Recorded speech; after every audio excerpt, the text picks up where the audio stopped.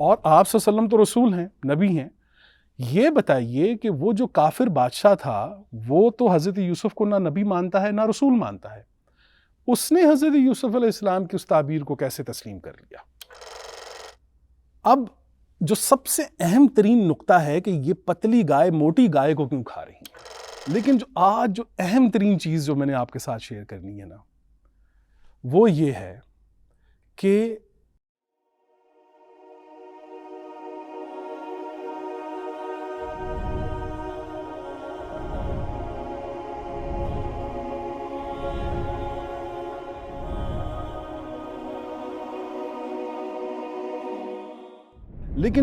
جو اہم ترین چیز جو میں نے آپ کے ساتھ شیئر کرنی ہے نا، وہ یہ ہے کہ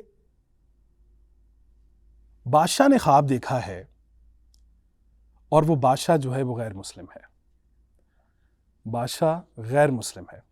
وہ یہ خواب دیکھ رہا ہے کہ 7 گائے ہیں موٹی، 7 گائے ہیں پتلی، 7 بالیاں ہیں ہری بھری، 7 بالیاں ہیں خشک، ٹھیک ہے؟ اور وہ جو 7 پتلی گائے ہیں وہ موٹی گائے کو کھا رہی ہیں۔ یہ ہے خواب۔ حضرت یوسف علیہ السلام نے اس کی تعبیر بتائی ہے،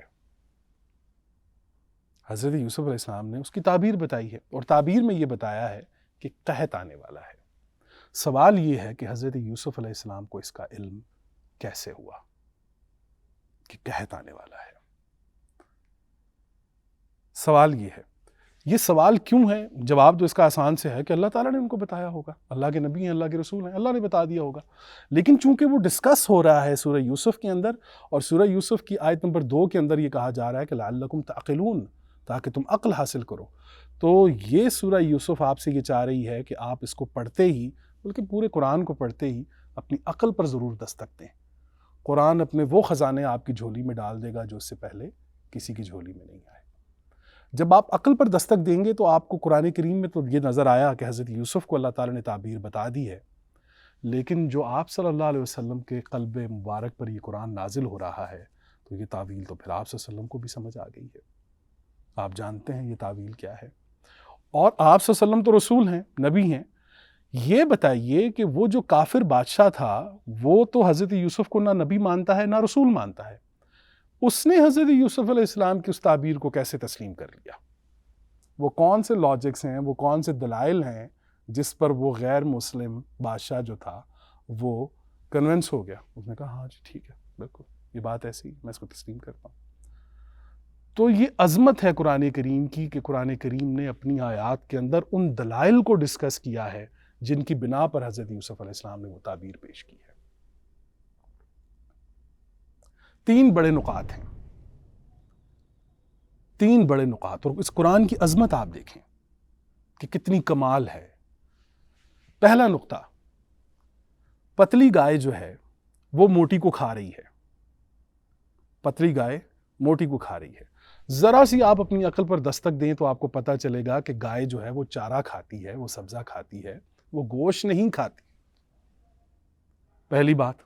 دوسری بات کہ 7 بالیوں کا ذکر ہو رہا ہے تو اس کا مطلب یہ ہے کہ 7 سبز بالیاں ہیں، 7 جو ہیں وہ یابس ہیں، خشک ہیں، تو فطرت تو اپنا کام کر رہی ہے۔ یہ بھی پیغام دیا جا رہا ہے کہ سوچنے کی بات یہ ہے کہ بالیوں کے ہوتے ہوئے یہ پتلی گائے موٹی گائے کو کیوں کھا رہی ہے؟ پہلی دستک تو یہاں پر ہوتی ہے، حضرت انسان کی عقل پر۔ دوسری بات کہ فطرت تو اپنا کام کر رہی ہے، فطرت کے قانون میں قحط کا کوئی تصور نہیں ہے۔ فطرت کے پاس جتنی جاندار جو مخلوقات ہیں، فطرت ان کو نقل مکانی سکھاتی ہے، فطرت ان کو نقل مکانی کی صلاحیت دیتی ہے، اور جن جانداروں کے پاس نقل مکانی کی صلاحیت موجود ہو قحط ان کا کچھ نہیں بگاڑ سکتا، اور فطرت کے پاس قحط کا کوئی تصور نہیں ہے۔ وہ خود 7 بالیوں کا ذکر آ گیا ہے، سبز ہیں اور 7 جو ہیں وہ خشک ہیں۔ اچھا، اب جو سب سے اہم ترین نقطہ ہے کہ یہ پتلی گائے موٹی گائے کو کیوں کھا رہی ہیں، تو عقل پر دستک دیں تو آپ کو پتہ چلے گا کہ پتلی گائے موٹی گائے کو اس لیے کھا رہی ہیں کہ موٹی گائے پتلی گائے کا حق کھا چکی ہے، اور پتلی اس لیے پتلی ہے کہ اس کا حق کسی نے کھا لیا ہے، موٹی اس لیے موٹی ہے کہ وہ کسی کا حق کھا بیٹھی ہے۔ یہ تصور کہ جس میں آپ دیکھیں کہ ایک خوف اس بادشاہ کے اندر کے رزق بھی ہے، اور یہ ایک ان نیچرل ایکٹ ہو رہا ہے کہ یہ ان نیچرل ہے، یہ کیسے ہو سکتا ہے کہ یہ گائے جو ہے وہ پتلی گائے موٹی گائے کو کھا رہی ہے۔ اس تشویش کو آپ دیکھیے وہ سامنے رکھ کر وہ خواب پوچھ رہا ہے حضرت یوسف علیہ السلام سے، اور حضرت یوسف علیہ السلام فرما رہے ہیں کہ قحط آنے والا ہے۔ ایک تو نقطہ یہ ہے کہ وہ پتلی گائے اور موٹی گائے کا، پتلی گائے کا موٹی گائے کو کھانے کا سب سے بڑا نقطہ یہ ہے کہ وہاں پر رزق کی تقسیم متساوی نہیں ہے۔